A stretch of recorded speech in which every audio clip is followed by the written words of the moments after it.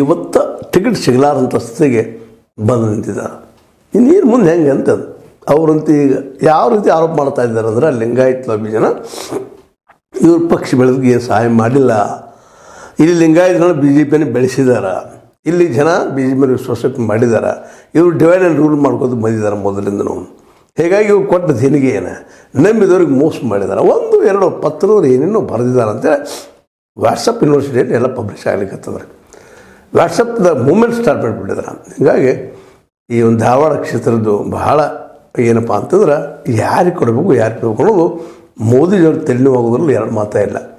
ಆದರೆ ಇಲ್ಲಿಯ ಇನ್ನೊಂದು ಮಾತು ನೆನ್ಪಿಡ್ಬೇಕು ನಾವು, ಈ ಧಾರವಾಡ ಕ್ಷೇತ್ರದಲ್ಲೇ ಒಟ್ಟು 8 ಕ್ಷೇತ್ರ ಬರ್ತಾವೆ. 8 ಕ್ಷೇತ್ರದಲ್ಲೇ 7 ಕ್ಷೇತ್ರದಲ್ಲೆಲ್ಲ ಡಾಮಿನೆಂಟ್ ಲಿಂಗಾಯತರದ ಅವ್ರ ಶಾಸಕರು ಇದ್ದಾರೆ. ಅಂದಾಗ ಸಹಜವಾಗಿನ ಈ ಪ್ರಭಾವ ಆ ಸೆಂಟ್ರಲ್ದಲ್ಲಿ ಆಗೇ ಆಗ್ತದೆ. ಹೌದಪ್ಪ ಇವ್ರು ಕೊಟ್ಟರೆ ಆರಿಸಿ ಬರ್ತಾರೆ ನೀವು ಅಂತ. ಅದಕ್ಕೆ ಈಗ ದೊಡ್ಡ ಸಮಸ್ಯೆ ಬಿ ಜೆ ಪಿಗೆ ಅನ್ನೋದು ಪ್ರಹ್ಲಾದ್ ಜೋಶಿ ಅವ್ರನ್ನ ಬಿಡೋದು ಹೆಂಗೆ ಅಂತ.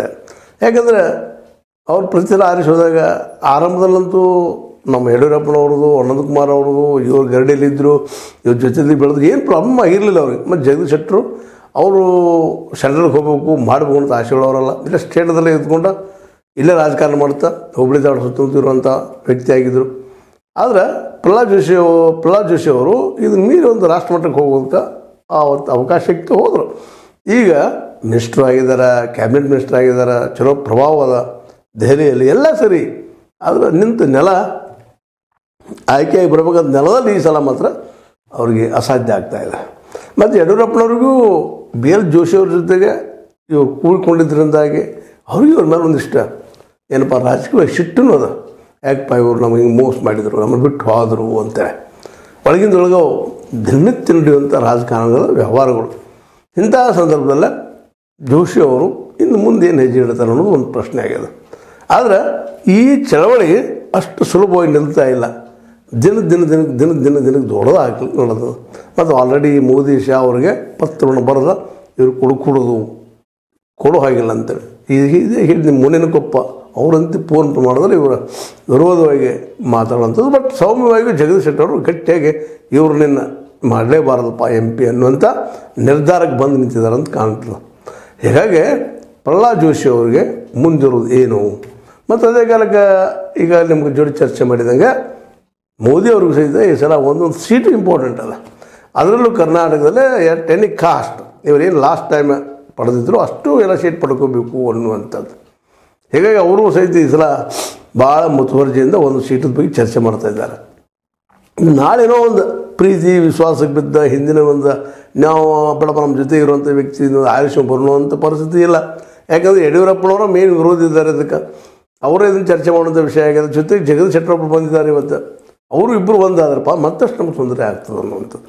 ನೋಡಿರಿ ಪೊಲಿಟಿಕಲ್ ಗೇಮ್ ಹೆಂಗಿರ್ತದೆ, ಯಾವ ರೀತಿ ಹೊರಡ್ತದೆ ಅಂತೇಳಿ. ಜಗದೀಶ್ ಶೆಟ್ಟರ್ ಅವ್ರನ್ನ ಒಂದು ತಮ್ಮ ನೀವು ಸಂದರ್ಭ ತಮ್ಮ ಜನ ಇರೋ ಮುಂದೆ BL ಸಂತೋಷ ಮತ್ತು ಇನ್ನೂರು ಇರೋ ಮುಂದೆ ಆ ಬ್ರಾಹ್ಮಣ ಲಾಭಿಯಿಂದ ಲಿಂಗಾಯತ್ ಲಾಭಿಯಿಂದ ಬಾಜು ಸರಿಸಿದ್ರು.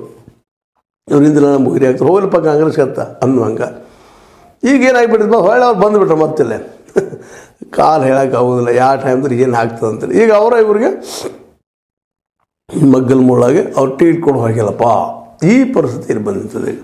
ಇನ್ನು ಹೆಂಗೆ ಒಂದು ವೇಳೆ ನಿಂತರ ಮೋದಿಯವ್ರ ಪ್ರಕಾರ ಅಥವಾ ಅವರ ಆಶೀರ್ವಾದ ಪಡೋದು ಮತ್ತೇನೋ ಮಾಡಿ ಬಂದು ನಿಂತರು ಓಟ್ ಹಾಕೋರು ಬೇಕಲ್ರಿ. ಓಟ್ ಹಾಕುವಲ್ಲೇ ಇಡೀ 8 ಕ್ಷೇತ್ರದ ಲಿಂಗಾಯತರ ಡಾಮಿನೆನ್ಸ್ ಅದ. ಈಗ ಏನಾಗಿಬಿಡುತ್ತಪ್ಪ ಅಂದ್ರೆ ಇದು ಲಿಂಗಾಯತ್ ವರ್ಸಸ್ ಬ್ರಾಹ್ಮಣ ಆಗಿಬಿಡುತ್ತದೆ.